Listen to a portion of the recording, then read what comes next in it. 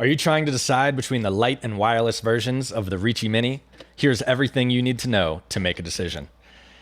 Basic capabilities, robots are identical. Same motors, same hardware, same camera, microphone, speaker, all of that. You can do all of the apps that the App Store has to offer.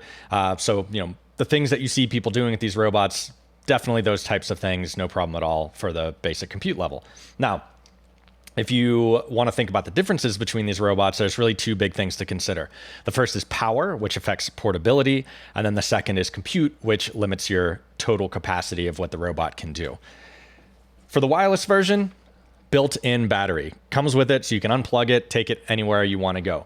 The light version, you're going to have to plug in and keep plugged into the wall. I actually don't mind that because most of the interaction that I'm doing, I'm sitting at a desk and working with the robot.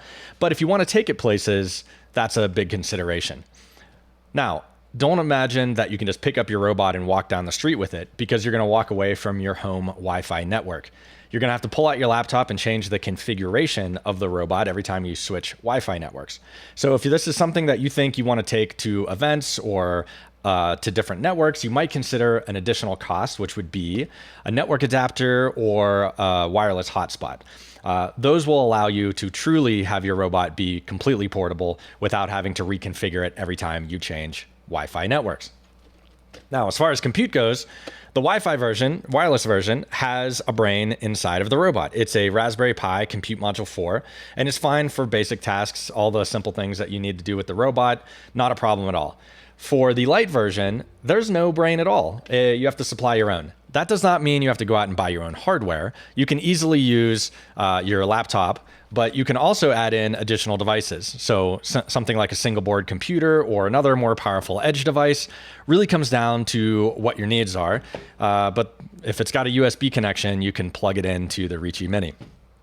Now, as far as cost, it really depends on what your use case is. If you have the light version and existing hardware like your laptop, by far the least expensive option, and for most people that's going to work great. Wireless is your next price point. If you add in any type of external network adapter, that affects that as well. And the ceiling for the cost of the light with external compute really depends on what you plug into it. That other computer, obviously, a lot of options, so totally up to you. Now, where do you get these from? Depends where you're located. US, UK, EU, and Canada. You're going to want to go to Hugging Face and Pollen Robotics. If you're outside of those areas, then you can go directly to the manufacturer, which is Seed Studio. So that will affect where you get these from.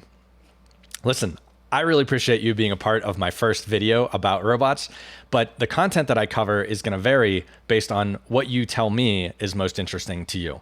I'm an experienced technologist, so probably that's the lens that I'm going to be coming at this with. But if you have any thoughts, definitely leave comments. And of course, like, subscribe, and share so I can bring more of this content to you.